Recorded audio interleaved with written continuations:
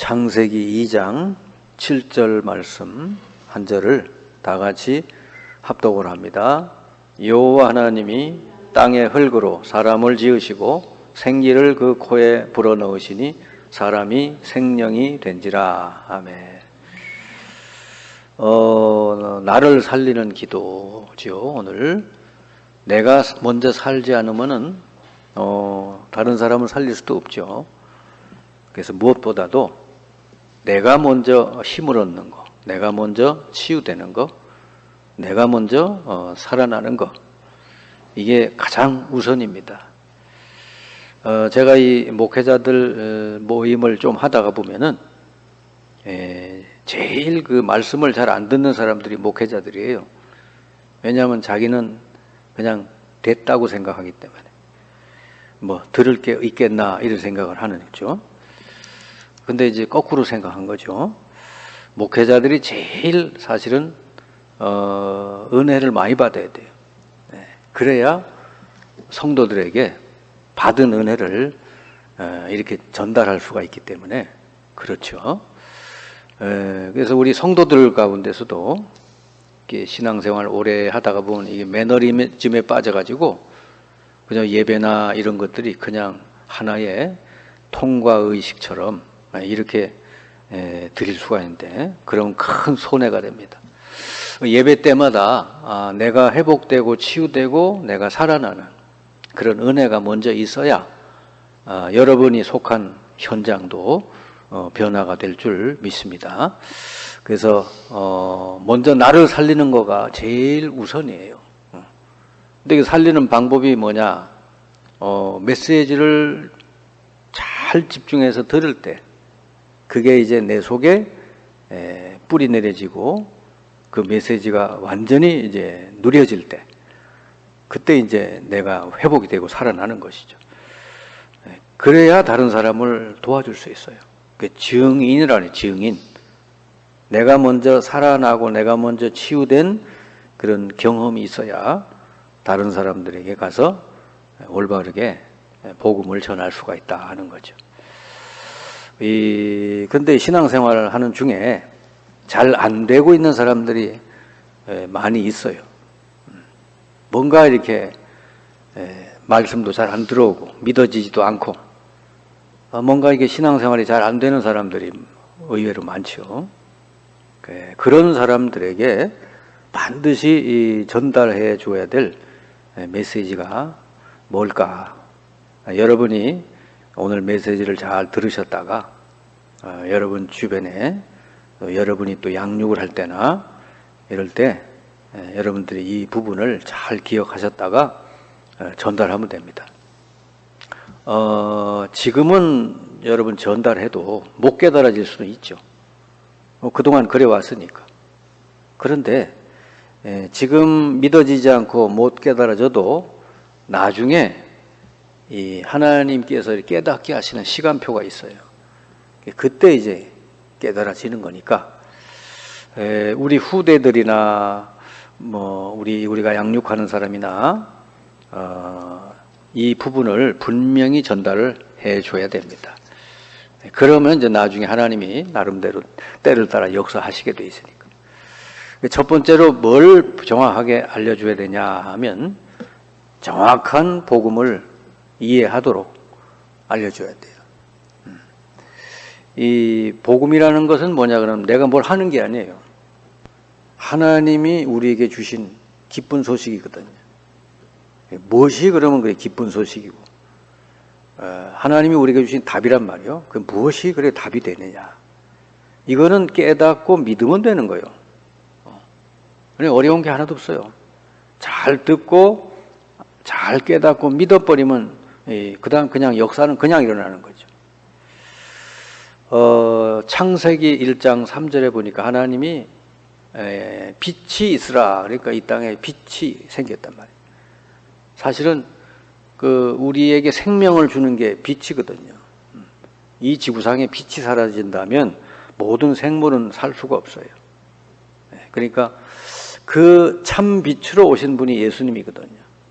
근데 그 빛이 처음에 첫사람 아담과 하와에게 그 생명을 주신 것이죠. 하나님의 형상으로 지어주신 거예요. 생명을 주신 거죠.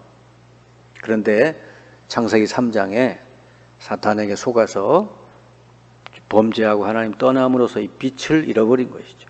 이 생명을. 그러니까 인간은 그때서부터 모든 문제, 질병, 고통, 죽음, 모든 불행이 들어온 것이죠. 그러니까 하나님이 이때 곧바로 답을 주셨잖아요. 복음을. 그게 창세기 3장 15절입니다. 그래서 구약 성경을 읽으면서 창세기를 읽으면서 창세기 3장 15절을 깨달으면 복음을 깨달은 거예요. 여자의 후손을 보내서 이 뱀의 머리를 상하게 하리라. 그러니까 이 말씀이 무슨 뜻인지를 알아야 여러분 이제 믿음이 생기는 거죠. 그러니까 그리스도를 보내서 이 사탄의 권세를 꺾으시고 우리를 거기서 건지시겠다 그 말이죠. 구약 시대는 그래서 출애굽기 3장 18절에 무조건 하고 양 잡고 피 제사 드리면 하나님 그냥 구원해 주시겠다. 네. 구약은 아직 그리스도가 오시질 않았기 때문에 구약은 출애굽기 3장 18절 특히 노예살이 430년 살던 요 사람들이 피 바른 날 하나님 말씀 듣고 피 바른 날 피 제사 드리러 나가는 날 해방된 거예요. 이게 복음이단 말이에요.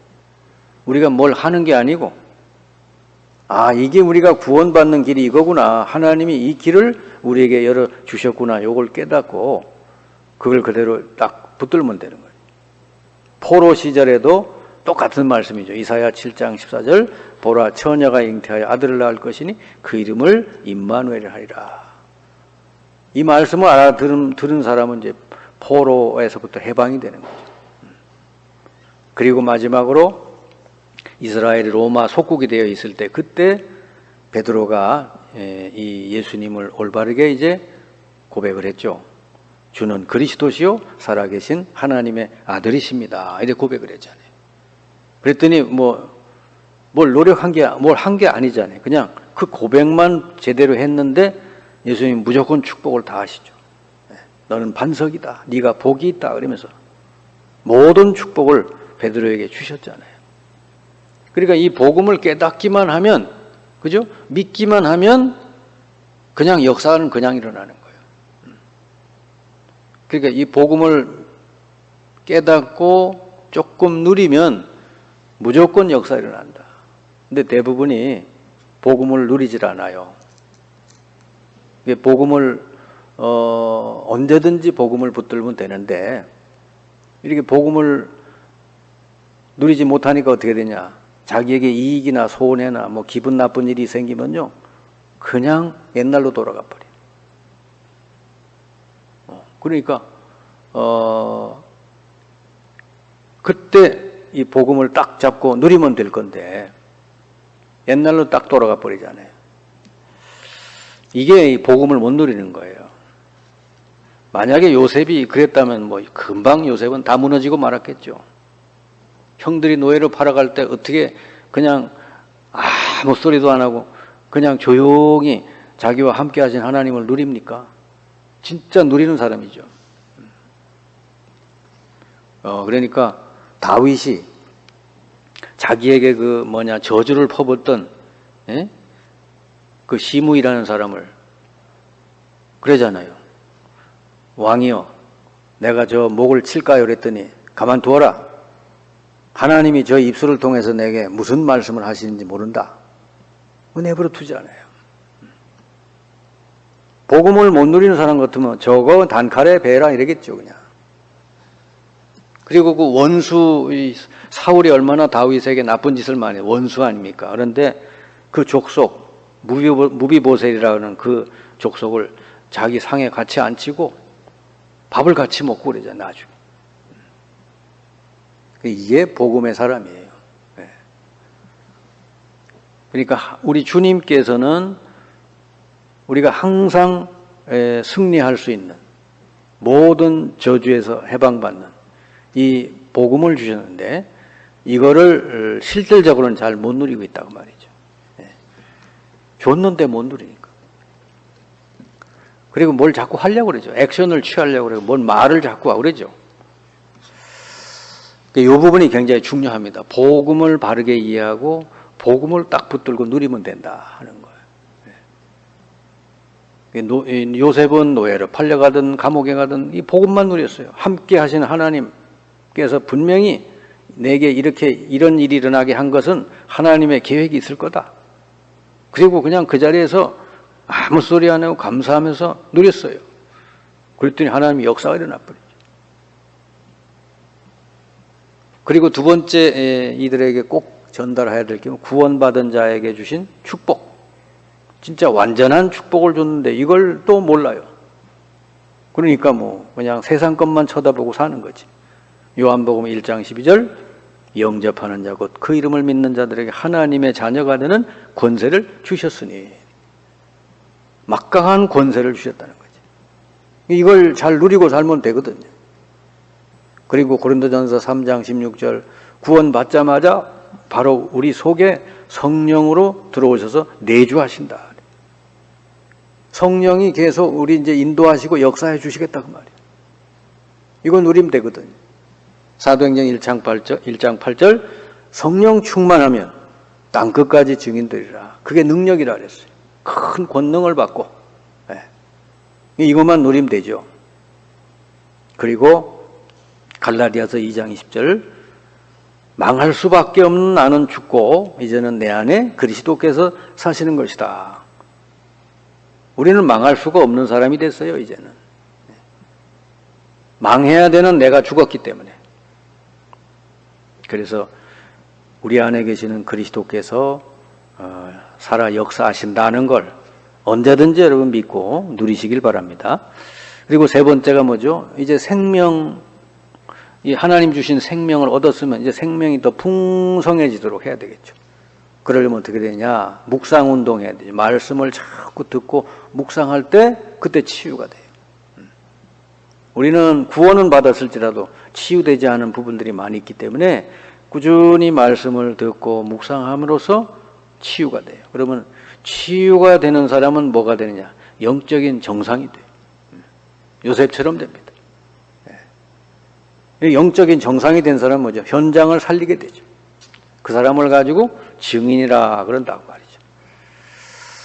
여기까지 여러분이 잘 안 되는 사람, 잘 믿어지지 않는 사람들에게 이걸 잘 전달해 주셔야 돼요. 여러분이 이런 하나하나 부분에 대해서 자세하게 설명을 하면 알아듣기만 하면 역사가 일어나는 거거든요. 하나님 우리에게 뭘 하라는 게 없어요. 그냥 알아들으면 돼요. 알아듣고 누리면 되는 것이다 말이죠. 그래서 여러분이 이제서부터 나를 살리는 기도 어떻게 해야 되겠느냐? 첫 번째로 우리가 알아야 될 거는 내가 기도를 하든 안 하든 성삼위 하나님께서 눈에 보이지 않게 지금도 역사하고 계시다는 거, 일하고 계시다는 거. 그래서 우리 예레미야 33장 1절 3절에 하나님이 그러잖아요. 그 감옥에 갇힌 예레미야 보고 일을 행하시는 여호와 그것을 지어 성취하는 여호와가 내게 이른다 그러잖아요. 하나님은 지금도 눈에 안 보이게 일하고 계시답니다.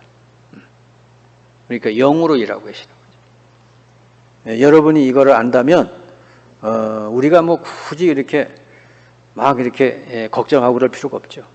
하나님이 일하시니까. 창세기 1장 26절 우리 인간은 하나님의 형상을 따라 지어주신 거예요. 우리는 육이 아니고 영적인 존재예요. 마태복음 28장 19절 20절에 성삼위 하나님의 이름으로 세례를 베풀고 그랬죠. 어떤 사람이 예수 믿었을 때 그 사람이 구원받는 건 성삼위 하나님의 이름으로 세례 주라. 하나님의 이름으로 도장을 찍는 거죠. 그만큼 성삼위 하나님께서 그 사람에게 임해서 이제 역사해 주시는 거예요. 빌립보 2장 6절을 보니까 예수님은 본체가 하나님과 동등되신 분이다. 우리가 예수님을 영접한 건 하나님을 영접한 거나 마찬가지죠. 사도행전 1장 1절 8절 그래서 이제 이 언약을 잡고 기도할 때 하나님께서 놀랍게 역사해 주신다는 거. 그래서 우리가 알지도 못하는 사이에 하나님은 눈에 안 보이게 역사하고 계시다는 사실. 그런데 예수님을 믿는 우리에게는 이제 그 하나님께서 우리 안에 들어오셔서 계신다 그 말이죠. 지금도 우주 만물을 다스리고 계신데 그 하나님께서 여러분 안에 예수님을 영접하는 순간 여러분 잃어버렸던 생명을 얻게 되고, 그리고 여러분 영혼 속에 성령으로 임하셔서 내주하시고 함께 하신단 말이죠. 요게 다 이제 사실은 회복된 거예요. 그럼 이걸 여러분 누리기만 하면 돼요. 그리고 이제서부터는 여러분은 에덴 동산의 그 축복, 거기서 누렸던 축복을 이 땅에서도 누릴 수 있는 거예요. 이제. 아담과 하와에게 주셨던 에덴 동산 축복, 지금은 뭐죠? 온 민족으로 가라, 모든 족속으로 가라, 땅 끝까지 이르라, 세계를 정복하라 그 말이에요. 우리에게 그런 축복을 줬기 때문에 이거 누리면 돼요, 그냥. 그래서 초대교회는 사도행전 1장 3절 하나님의 나라가 임해야 된다는 거, 그걸 위해서 성령 충만하면은 땅끝까지 증인된 이 언약을 잡고 1장 14절에 오로지 기도했다 그랬습니다. 여러분이 이 두 번째 부분, 이걸 날마다 여러분이 회복하시고 살리는 그런 삶이 되면 됩니다. 자, 그러면 이제 우리가 개인적으로 나를 살리는 방법은 구체적으로 뭐냐? 그게 묵상이에요. 세상 사람들은 그냥 명상을 하는데 우리는 그 명상하고 마음을 비우고 그러면 딴 게 들어와요. 근데 우리는 그게 아니라 하나님을 바라보면서 하나님 말씀을 묵상하는 거죠. 요한복음 1장 1절에 말씀이 곧 하나님이라 그랬고, 그리고 그 말씀이 육신을 입고 오신 분이 예수님이라. 요한복음 1장 14절이죠. 그리고 이 말씀이 우리를 영혼, 육, 관절, 골수 모든 부분을 치료해 주신다 그랬어요. 그러니까 말씀을 여러분이 꾸준히 잘 듣고 묵상하면 여러분 치유가 되고 모든 부분들이 다 회복되는, 내가 살아나는 역사가 일어나게 될 줄을 믿습니다. 이렇게 여러분이 살아야 다른 사람을 살릴 수 있잖아요. 그래서 하나님의 말씀이 어느 정도로 되면 되느냐? 여러분 옛날 모든 그런 그 잘못 각인된 거가 다 이제는 사라지고 오직 복음이 완전히 여러분에게 각인되도록 해야 된단 말이죠. 그래야 완전하게 누릴 수 있는 거죠. 그래서 각인이 되고 여러분에게 완전 뿌리가 내려지고 그게 체질이 될 때 진짜 이제 현장에서 누리게 되는데, 그걸 여러분이 그래서 말씀 들을 때마다 각인이 되는 방법은 뭐냐? 그 말씀 속에서 짧은 단어 하나로 그 말씀을 딱 요약하면 좋아요. 무슨 영어 공부나 무슨 공부하는 사람들 보면 그렇게 하잖아요. 옛날에 우리 왕들 이름 될 때도 뭐 태종, 태세, 문단세 이렇게 하듯이 이게 말씀을 쫙 들으면은 여러분에게 뭔가 하나님 은혜를 주시면 한 단어로 딱 정리를 하면은 그게 깊이 각인이 돼요. 그리고 그게 뿌리 내리게 하려면은 그 단어를 잡고 잠시 기도를 하면은 여러분 속에 뿌리가 내려지고, 그리고 문제나 현장에 있을 때 그 말씀 붙들고 잠깐 여러분 집중하면요, 진짜 이 하나님 역사 일어나면 체질이 바뀌어요.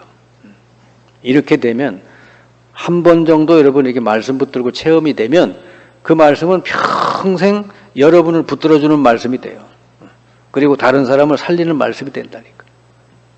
그러니까 여러분 말씀이 일단 나를 살린 말씀, 내게 먼저 경험이 된 말씀이 있어야 다른 사람을 살릴 수가 있다 말이죠.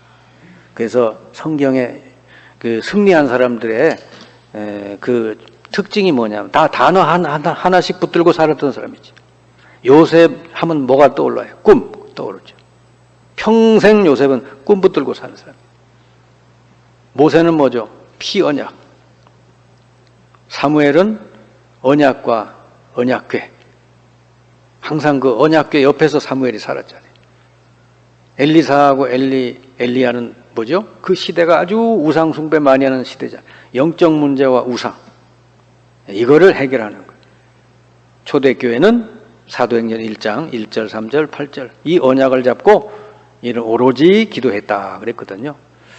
그러니까 여러분들도 말씀을 쭉 들으면서 단어 하나를 다 붙들고 여러분들이 거기 집중하고 기도하면 지금도 놀라운 하나님의 역사가 일어날 줄을 믿습니다. 그래서 완전 복음이 여러분 것 돼가지고 여러분 만나는 사람들이 다 살아나는 그런 역사 일어나기를 주님의 이름으로 축원합니다.